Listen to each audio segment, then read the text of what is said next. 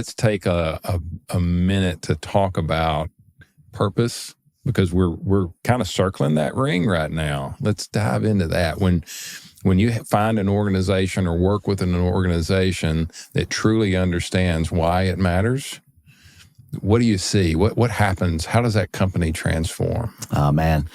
That's a great question, Alan. The level of passion, first off, the level of passion is so obvious. So I'm working with a real estate developer, and their I don't know if they call it mission or vision. Language is less important than the root of it.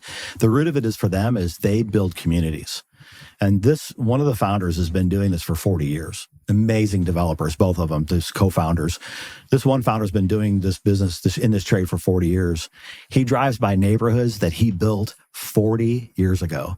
And now they have mature trees and they've, and he sees community. He sees that he had his hand in developing the fabric of the community, where people live and their kids play and where they go to school.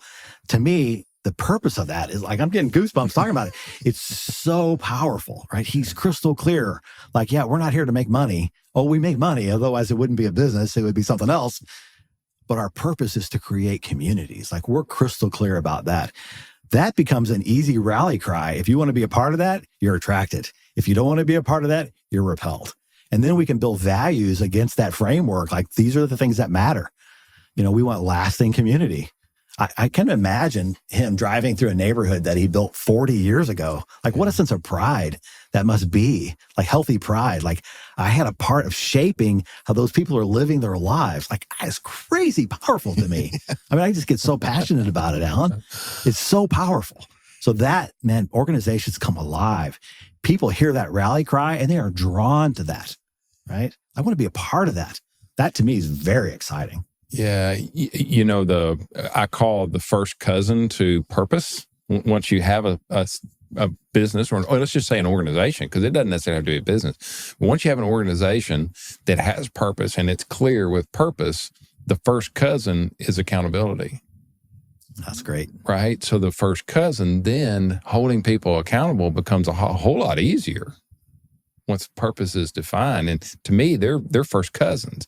So let's talk a little bit about, when you run into lack of accountability in organizations, do you find lack of accountability in purpose-driven organizations, or just kind of share your experience around accountability? Oh, that's great.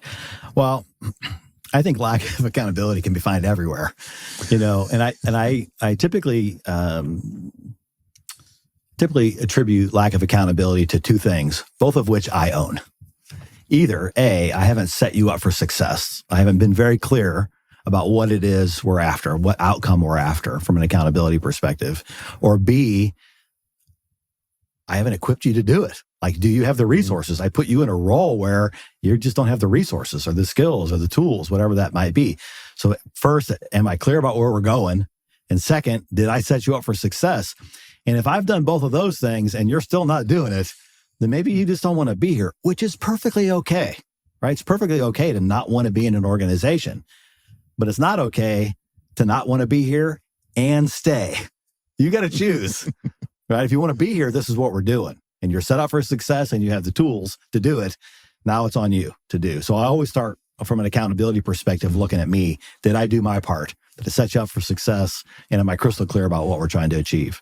It's either a systems issue or a people issue. Right.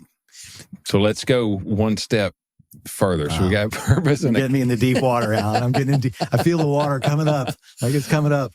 When you have purpose and you've got accountability, what does that do to employee engagement? Oh man, that's super powerful. Did I tee that up for you? You might as well. It's like a grapefruit, for sure. I think that really is. It's not the secret sauce. It's the sauce.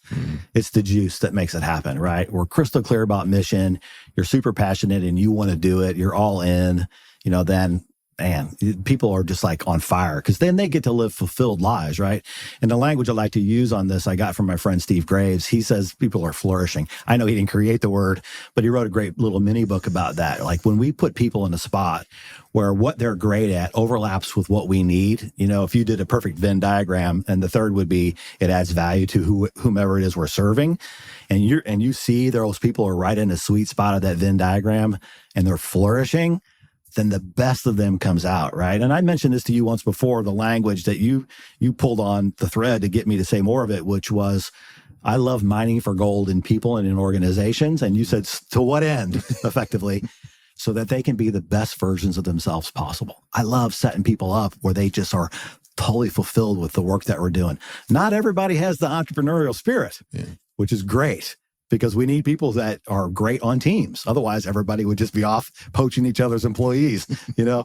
And so I think for me, when I see people that are in that sweet spot of that Venn diagram, they're adding value to somebody or something, they're doing what they're really wired to do, really. And so they're just in their sweet spot, and it adds value to the enterprise that I'm leading or being a part of.